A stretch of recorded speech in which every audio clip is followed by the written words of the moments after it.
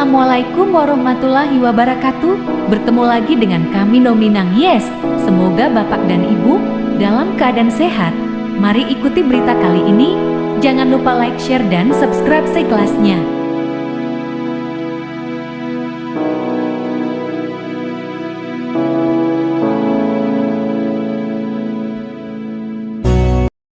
Nasib jalan tol Padang Pekanbaru masih tanda tanya.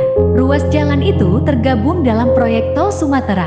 Tol Sumatera ini merupakan ruas jalan yang menghubungkan Lampung hingga Aceh. Adapun total panjang jalan tol yang dibangun sepanjang Pulau Sumatera ini adalah 2.813 km.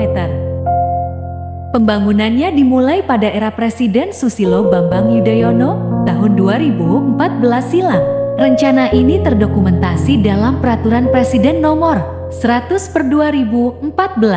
Peraturan ini membahas perihal percepatan pembangunan jalan tol di Sumatera tanggal 17 September tahun 2014.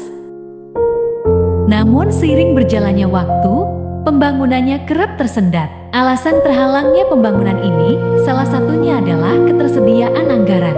Secara total, dana yang dibutuhkan untuk bangun jalan tol ini adalah 16 triliun. Angka ini diketahui dari laporan Hutama Karya pada September tahun 2021 lalu untuk 24 ruas jalan. Anggaran tersebut berkurang dari proyeksi Kementerian Popper yang menjadi 46,5 triliun. Dana sebesar itu juga bakal digunakan untuk membangun jalan tol Padang Pekanbaru. Ruas jalan tol antara Provinsi Sumbar dengan Riau itu bakal menghabiskan anggaran 78,9 triliun rupiah. Dana untuk 1 km jalan tol, pemerintah pun menyadari bahwa anggaran negara saja tak cukup untuk bangun tol Sumatera. Hal ini diungkapkan Presiden Joko Widodo April tahun 2022 silam. Ia mengatakan anggaran yang dibutuhkan untuk membangun tol Sumatera sangat besar. Dari Lampung sampai ke Aceh, kalau menghitung-hitung biayanya per kilometer Rp9 sampai 110 miliar. Katanya dikutip dari Tempo. Kebutuhan anggarannya berapa? Gede sekali, imbuh mantan Gubernur DKI Jakarta itu.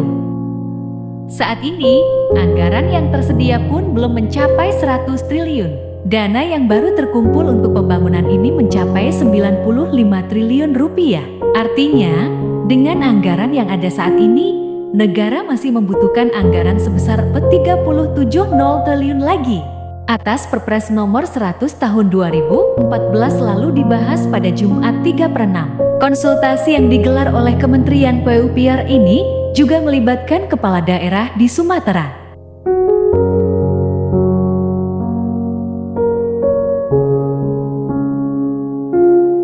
Sampai di sini dulu informasi yang bisa kami sampaikan.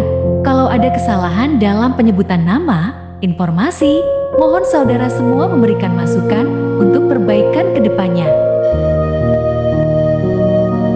Dengan mengucapkan, Assalamualaikum warahmatullahi wabarakatuh. Video Nominang Yes, kali ini kami akhiri.